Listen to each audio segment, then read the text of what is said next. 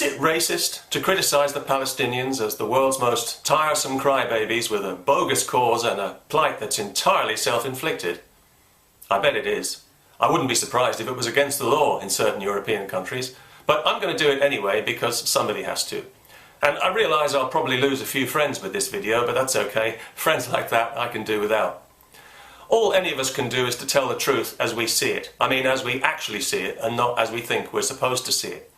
The worst thing you can do is to see the truth and to tell a lie, and I see the Palestinian cause as a lie designed to exploit Western liberal guilt, like the lie of Islamophobia and the lie of the mythical religion of peace that nobody has ever seen in action.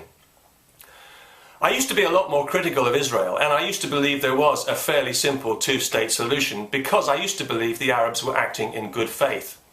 I still want to believe that, but the evidence tells me I'd be a fool to believe it. Because I've seen that every concession Israel makes is met with more demands and more excuses not to negotiate. They could have had peace 10 times over if they wanted it, but they don't want peace, they want victory, and they won't be happy till Israel is wiped from the map. A member of Fatah's Central Committee said as much on television recently, but as he said, they keep that to themselves and tell the rest of the world a different story. And as part of that story, the bogus claim for Palestinian statehood is currently passing through the United Nations, and we're all waiting to see what plops out the other end. Not that it really matters, because despite what the Palestinian public relations industry, i.e. the Western media, might tell you, this is not about territory, and it certainly isn't about justice or human rights, because Arab societies don't know the meaning of those words. It's about Jew hatred as mandated by the Quran and as preached in the mosques and taught to the children in Arab countries day in and day out, generation after poisoned generation. The Arabs don't hate Jews because of Israel, they hate Israel because of Jews.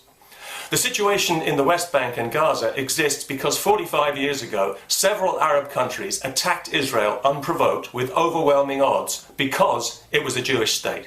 If it hadn't been a Jewish state, they wouldn't have attacked it. And they attacked with the intention of wiping it from the map and of committing genocide. But they failed because the Jews had a bit more steel in their blood than the Arabs had bargained for. And who could be surprised after what they'd been through, and after seeing how the rest of the world had responded to their plight? Large numbers of Jews could have escaped the Nazis if they'd had somewhere else to go, but other countries wouldn't let them in.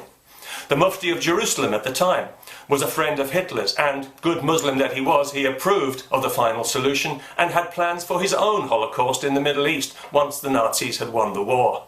So who can blame the Israelis today for defending themselves as if they mean it, when they know they're dealing with people they know they can't trust and who they know hate them enough to want to exterminate them as a people? Anybody else in their situation would behave the same way. I know I would, and I wouldn't apologise for it. Israel is surrounded by enemies. Peace is more in their interest than in anyone else's, which is why they keep making concessions. But it's not in the interest of the Palestinian leadership. Peace is the last thing they want. They need to keep the pot boiling. They need to keep their people angry and resentful and hating Jews. Peace would ruin everything because they won't be happy until Israel is wiped from the map and the Jews have been driven into the sea. If they really believe that's going to happen, they're insane. And if they don't really believe it, they're even more insane, wouldn't you say? And all you good-hearted Western liberals who keep banging the drum for the poor Palestinians, I sympathise with you because you're doing it for the right reason. But you're being used and exploited, just as the people in the West Bank and Gaza are being exploited by people who have no intention of negotiating peace because they're driven primarily by crude, irrational religious hatred.